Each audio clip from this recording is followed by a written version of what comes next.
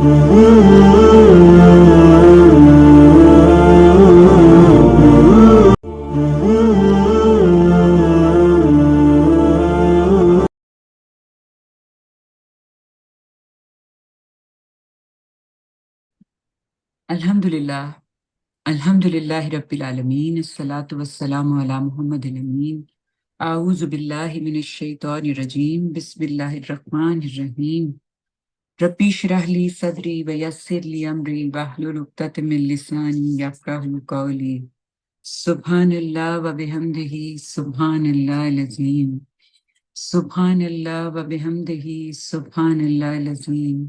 हमने ये देखा कि इब्तिदा में ही अल्लाह ताला ने यहूद का ये ख्याल बिल्कुल रद्द कर दिया कि खुदा के यहाँ कोई भी उनको ख़ास मुकाम और मर्तबा या जिसकी वजह से वो अपने आप को बालातर समझें, ये खुदा के यहाँ बिल्कुल नहीं है। और ये जो मुकाम है ये तकवा की वजह से आपको मिलता है, जो परहेज़गार होते हैं, जो अल्लाह के साथ किए हुए अहद, उसकी दी हुई शरीयत, उसके अहकामात को पूरा करते हैं और वो मुत्तकी और परहेज़गार होते हैं। जो अहद को तोड़ते हैं वो इसमें बिल्कुल शामिल नहीं होते। तो जो उनसे अहद लिया गया था, अब उसके बारे में उनको बताया जा रहा है कि तुमसे जो अहद लिया गया था उसकी ज़िम्मेदारी तुम पे डाली गई थी और वो तुमने पूरी नहीं की। और इस हवाले से जो अहद लिया गया, उसमें ये कहा गया था कि इनको इमामत दी गई, यानी इनको सरदारी दी गई, हेडशिप दी गई पूरी कौमों के मुकाबले में, और किताब और हिकमत के ये लोग हामिल थे।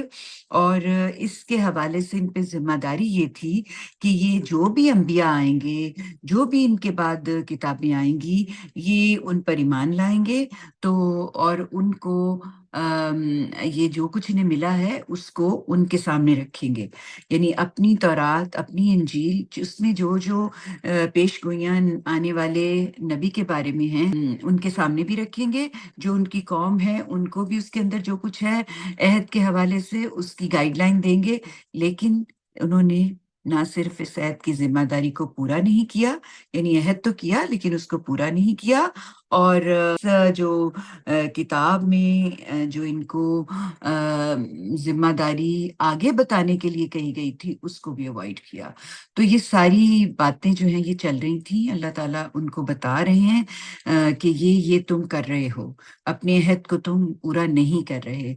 तो उस हवाले से हम यहाँ तक जान चुके हैं कि अल्लाह ताला ने उनको कहा कि ये कहते हैं कि हज़रत ईसा जो हैं उन्होंने कहा था कि तुम मेरी बंदगी करो। तो उन्होंने ये जवाब दिया कि हज़रत ईसा कैसे ये कह सकते हैं? उन्होंने तो आपको तालीम दी थी, आपको खुदा के अहकामात बताए थे और वो खुदा के बंदे बन के सारी ज़िंदगी रहे, और वो कैसे हो सकता है कि जाते हुए वो ये कह जाएँ कि मेरी कोई अलूहियत में कोई रोल है। तो ये तुम्हारे अपने मुँह की बातें हैं जो तुम किए चले जा रहे हो। तुम एक अहद शिकन कौम हो, और इसका नतीजा ये है कि तुम धुतकारे हुए लोग हो, और ये कुफ़र तुम कर रहे हो। हज़रत ईसा ने या हज़रत मूसा ने इस किस्म का कुफ़र नहीं किया था। यहाँ तक हम पढ़ चुके थे, आयत 80 तक। अब हम 81 से शुरू करते हैं। बिस्मिल्लाहिर्रहमानिर्रहीम।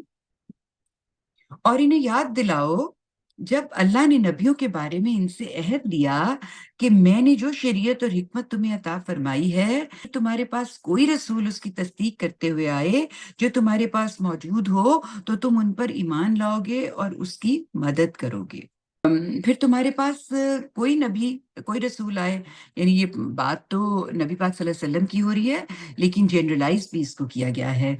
तो उसमें जिसकी तस्दीक तौरात और इंजील में हो चुकी है, तो जो वो तुम्हारे पास ज़ाहिर है मौजूद है, तौरात और इंजील तुम्हारे पास मौजूद है, उसमें उनकी तस्दीक मौजूद है।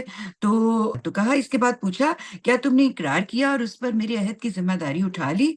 उन्होंने जवाब दिया कि हमने इकरार तो किया। तो फरमाया, गवाह रहो और मैं भी तुम्हारे साथ गवाह हूँ। अल्लाह ताला ये फरमा रहे हैं। ये यहाँ पे जो कहा जा रहा है कि अम, फरमाया कि फिर इसके बाद जो इस अहद से फिर जाएँगे वो ही नाफरमान हैं। तो ये जो जुमला है ना, इसको आप समझें कि ये एक ख़ास बात है जो आपके ज़हन में रहनी चाहिए, जो यहाँ पर एक्सप्लेन की है जावेद साहब ने नीचे फुटनोट में, तो वो मैं आपके सामने पढ़ना चाहती हूँ। उसमें कहा कि मुस्लिम शरीयत में ये कायदा था कि जब अल्लाह ताला की तरफ से इस तरह की हिदायत उतरे, यानी तौरात और इंजील में जो बयान किया गया है, वो उतरे, तो हज़रत मूसा उनको इनफरादी तौर पर अपने सहाबा को सिर्फ सुना देने पर इक्तफा नहीं करते थे। यानी जब कोई उनके ऊपर आयत आती थी, तो रात में रिवीलेशन होती थी, तो वो ऐसा नहीं करते थे कि वो अपने तक रखे या वो उसको सिर्फ एक दफा बता दिया, ऐसा नहीं करते थे। बल्कि क्या करते थे, बल्कि बनी इसराइल की पूरी जमात या कम से कम उनके तमाम सरदारों को खैमा इबादत में जमा करते थे। खैमा इबादत में वो जो खुदा की तरफ से वो लेके आए थे ना हिदायत, वो उसमें रखी हुई थी ना, तो उसमें उनको लेके जाते थे और उसमें जमा करते थे, और ताबूत सामने होता, और हजरत मूसा बाज और तज़कीर के बाद खुदावंद का हुक्म सुनाते, फिर सब उसकी अतात का इकरार कर लेते। यानी ये एक पूरा एक एक्टिविटी, एक रिचुअल होता था, जो कि जब वही आती थी तो वो सबको पढ़ के सुनाई जाती थी, और उस पे अहद लिया जाता था कि इसमें जो अल्लाह ताला ने आपको कहा है, आपने वो बात पूरी मिनो इन सुननी है, उसको जानना है, समझना है और उस पे अमल करना है, और फिर उसको आगे बयान करना है लोगों में। और जब इसके मिज़ाक पर आपके पास जो भी आएँगे, उनकी तस्दीक करनी है कि ये हाँ तौरात में या अंजील में ये लिखा हुआ था। तो सब इकरार के बाद लोगों लोगों को उसका गवाह रहने की ताकीद करते और खुदा को उस पर गवाह ठहराते थे। ये होता था वहाँ के। आखिर में उस हुक्म की नाफरमानी के दीनवी और उखरवी अवाक़िब और नताइज से भी आगाह फरमाते थे। इस तरह गोया अल्लाह ताला का हर अम्रो नहीं, यानी जो भी हुक्म होता था करो और ना करो, अल्लाह ताला और बनी इसराइल के दरमियान एक अहद और मिसाक का दर्जा हासिल कर लेता था। और अब ये किस कदर इबरत का मुकाम है कि जिस शरीयत के तहफ़्फ़ुज़ के लिए ये जतन किए गए, उसके हामिलों ने उसको एक-एक अहद के पुर्ज़े उड़ा कर रख दिए। इस रोशनी में अब ये किस कदर नाफरमान कौम है कि ये इस अहद से मुंह मोड़ के अब आगे चल रहे हैं। तो ये एक इतनी वाज़ेह चीज़ थी, यानी जो इनको पता थी, और अल्लाह ताला ने इनको इनसे इकरार लिया हुआ था। जो हज़रत मूसा थे, उन्होंने भी इनसे इकरार लिया हुआ था। हज़रत ईसा ने इसको पढ़ के बताया हुआ था। तो फिर फरमाया कि ये इंतहाई नाफरमान हैं कि ये इससे इस तरह फिर रहे हैं। इस नाफरमानी में यहूद और नसारा दोनों शामिल हैं। ये पैगंबर इसी तरह आए हैं। ये पैगंबर यानी अब नबी पाक सल्लल्लाहु अलैहि वसल्लम की तरफ मुतवज्जो करके बता रहे हैं कि जो तुमसे अहद लिया था, जिसमें ये कहा गया था कि पैगंबर आएँगे तो तुमने उनको मानना है। तो ये पैगंबर जो है बिल्कुल उसी तरह आए हैं, और तुमने अहद बाँधा हुआ है, तो अब क्या तुम्हें चाहिए, तो ये ना कि तुम फौरन इसको मानो और लोगों को भी क बताओ कि हाँ, ये तो वही पैगंबर है जिसका ज़िक्र है तौरात में, जिसका ज़िक्र है इंजील में। तो क्या अब ये लोग अब अल्लाह के सिवा किसी और दीन की तलाश में हैं?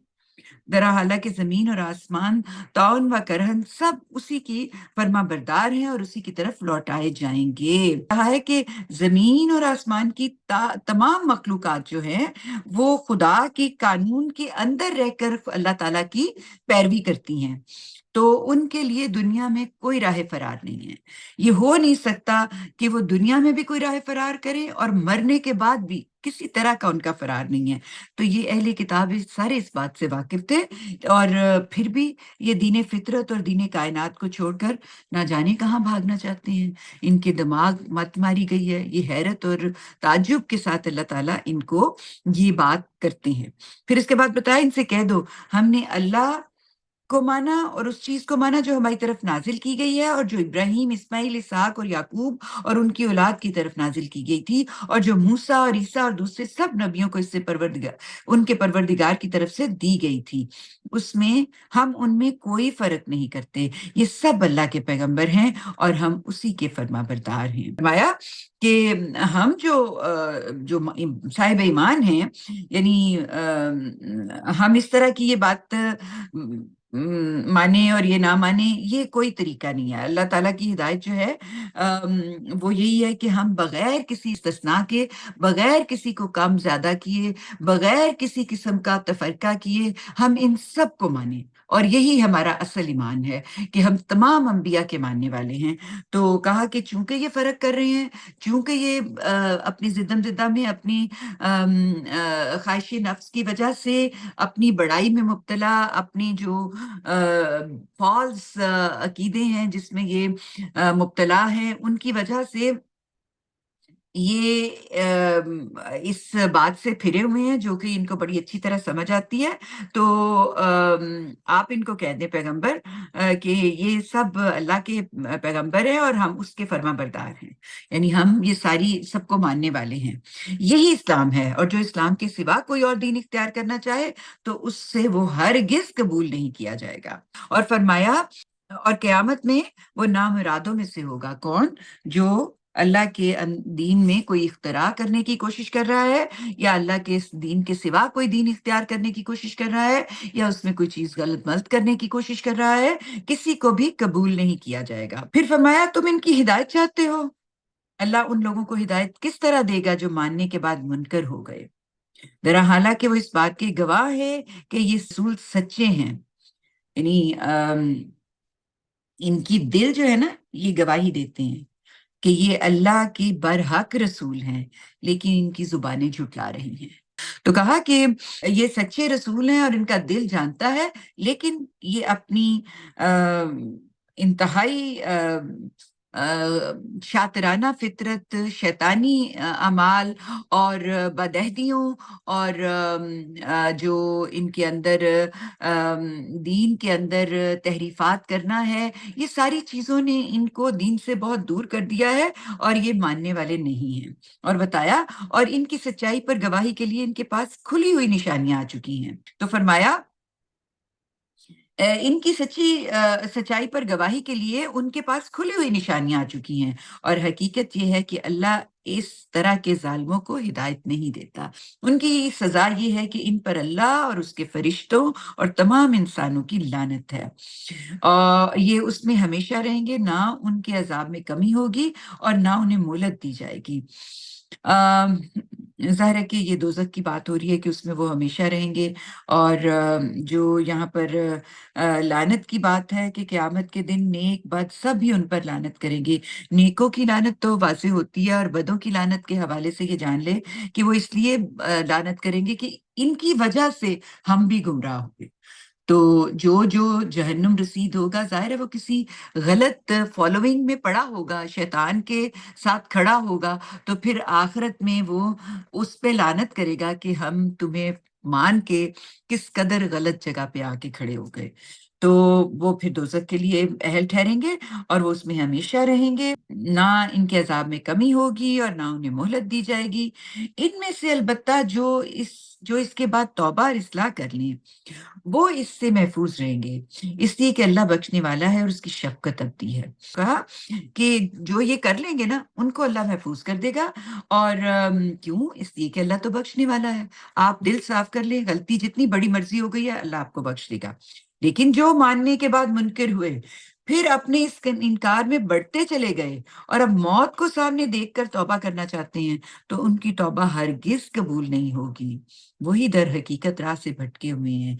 इस तरह जो मुनकिर हुए और इस इनकार की हालत में दुनिया से रुखसत हो गए, वो अगर अपने आप को सज़ा से बचाने के लिए ज़मीन भर का सोना भी फ़िदिये में दे दें, तो उनको कबूल नहीं किया जाएगा। तो कहा कि उस दिन फ़िदिये में कुछ भी कबूल नहीं होगा, उनके लिए दर्दनाक अज़ाब है और वहाँ अपना कोई मददगार नहीं पाएँगे। यानी मददगार इन्होंने यही रखा हुआ था ना कि बुज़ुर्गों की शफ़ाअत, बड़े जो इनके हैं, उनकी शफ़ाअत काम आएगी और कोई ना कोई इनको क़यामत में मदद मिल जाएगी। तो अल्लाह ने यहाँ पर हर रास्ते को बंद करके उन्हें बता दिया कि वहाँ कुछ तुम्हारे काम नहीं आने वाला। फरमाया कि इनका ये रवैया महज़ इस वजह से है कि दीनदारी की बाज़ रस्में पूरी कर देने के बायस ये अपने आप को बड़ी चीज़ समझते हैं। इनसे कह दो, तुम नेकी की हकीकत को हरगिज़ नहीं पा सकते, जब तक उन चीज़ों में से अल्लाह की राह में खर्च ना करो, जो तुम्हें महबूब हैं। यानी जिनको तुम अजीज तरीन समझते हो, और इस पे गौर करो और याद रखो जो कुछ भी तुम खर्च करोगे उसका सिला तुम्हें लाजमन मिलेगा, इसलिए कि अल्लाह उसे जानता है। इसके बाद कहा, उन्हें एतराज है कि ये पैगंबर तौरात की तस्दीक करते हैं तो उसमें जो चीजें हराम हैं उनमें से बाज को हलाल क्यों समझते हैं। कह दो कि खाने की ये सब चीजें बनी इसराइल के लिए भी इसी तरह हलाल थी, सवाए उनके जो इसराइल ने तौरात के नाजिल होने से पहले खुद अपने लिए ममनू ठहरा ली थी। ये ना उन चीजों की तरफ इशारा है जो सैयदना यकूब अलैहिस्सलाम महज तबई ज़ौक की वजह से एहतियात के बायस नहीं खाते थे, तो यहूद ने उन्हें अल्लाह की हराम करदा चीजें करार देकर तौरात की मुहर्रमात की फहरिस्त में शामिल कर दी।